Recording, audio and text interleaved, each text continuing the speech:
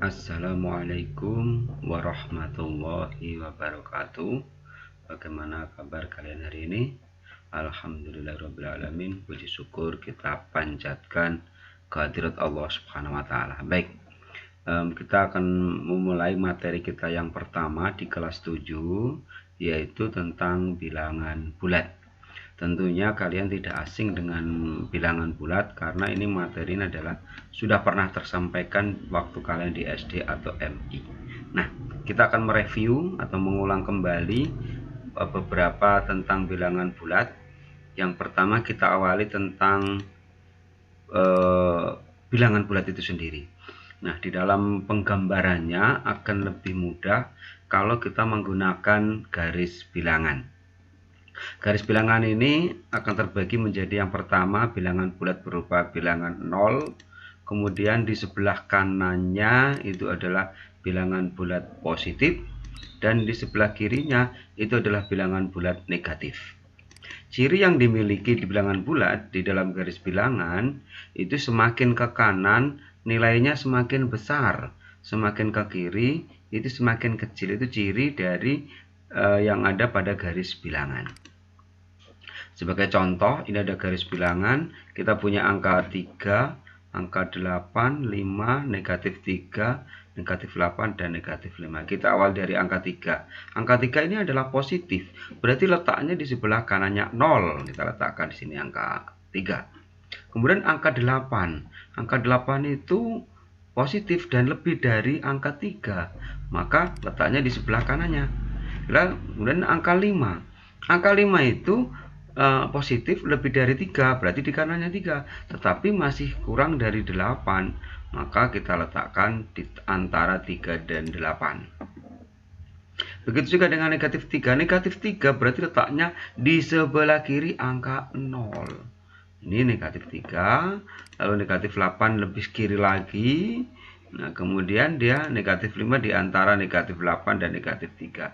Nah, dari sini kita dapat simpulkan bahwa negatif 8 itu kurang dari negatif 5. Kenapa? Karena negatif 8 posisinya kita letakkan di sebelah kirinya angka negatif 5.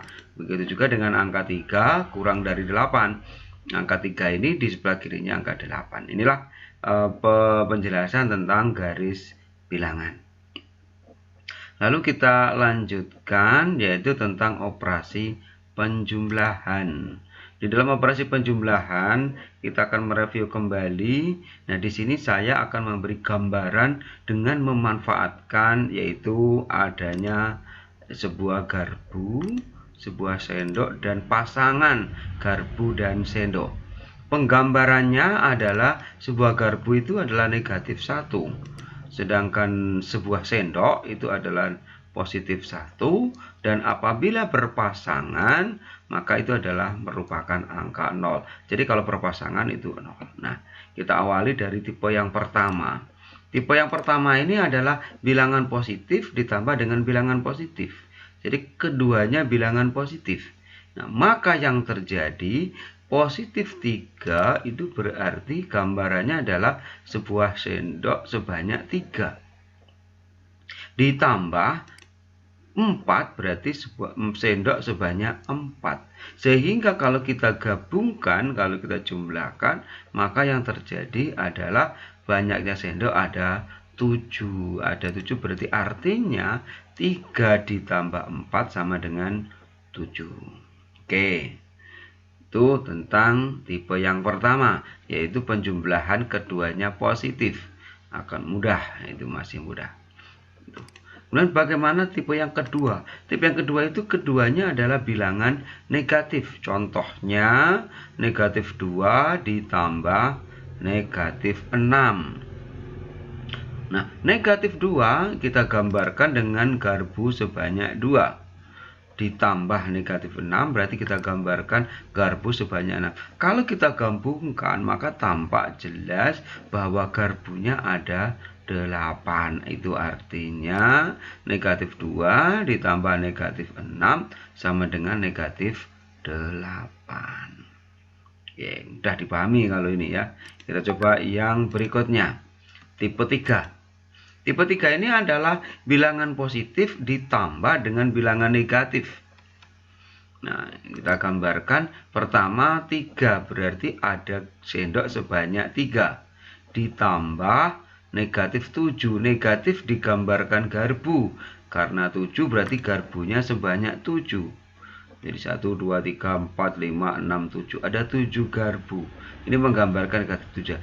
Karena digabungkan dan ada sendok dan garpu, maka bisa kita pasangkan. Yang bisa kita pasangkan ini 3 sendok 3 garpu, maka sisanya ada 4 garpu. Artinya 3 ditambah negatif 7 itu sama dengan negatif 4.